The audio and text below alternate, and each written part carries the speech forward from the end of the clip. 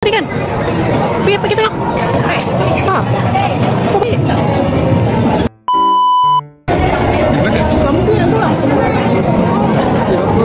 Kakak. Benda yang kau punya beg kat atas kau. Kau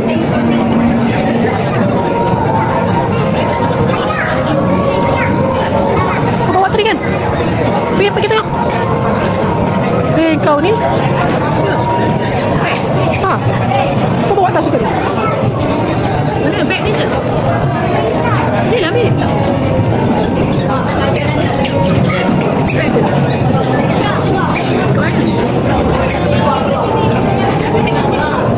Gelap pula dia. Ha? Dia boleh gelap pula. Mana? Tadi kau bawa kan?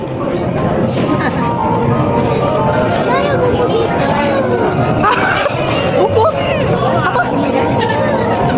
Mana ada?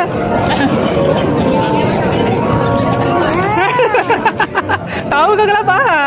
Kali bawa. Beg tu kena bawa pergi mana-mana tahu kau risau. Orang suruh bawa beg tu rata-rata, tinggalkan je. Adik marah sebab apa? Buku kita. Dek, buku adik kat dalam beg kakak ke? Marah ke kalau hilang? Dalam beg kakak. Dalam kereta. Kakak? Dek, mana tunjuk mana? Buku. Saya akan bukti. Tak ada dek. Hilang. Dekat kereta. Handphone. Mana? Kat kereta. Kakak lah tu.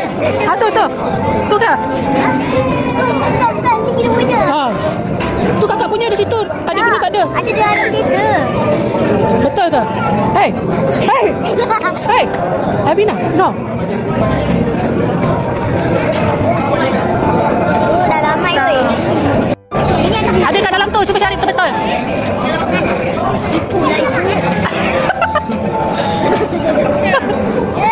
Hey. Bang Hassan dia pula gitu kan. Hey. Buku adik kat mana? Ayah, dekat ayah lah, dalam beg ayah.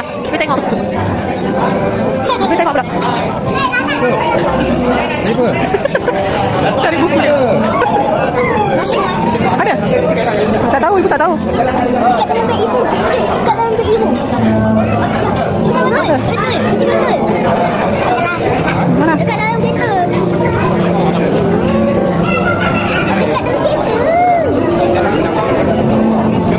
Ya, jalan hitam. Ya Allah, ya Tuhanku. Kau. Adik.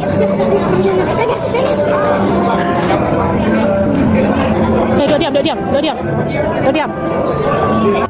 Okey, suka ayah. Itulah beg dia. Kenapa lah? Beg dia ada kecil-kecil ni. Ayah. Apa? Hei. Kenapa datang? Oh, yang kecil. Dia nak keluar. Dah kenyang? Bosan? Kenapa bosan pula? Okay, jom. Bosan. Kita jalan. Jom jalan-jalan. Sedang orang nak derak hari ni pergi ambil air lagi minum. Nenek minum. Lambat lagi. Tunggu sampai nenek minum. Marah pula orang ambil makan. Apa? Tinggal lagi ni. Nenek ni apa? Naik train? Naik Grab? Nenek kau orang. Ambil lagi. Atau tak boleh ambil? Cakap. Tinggal lah tu. Adik nak balik.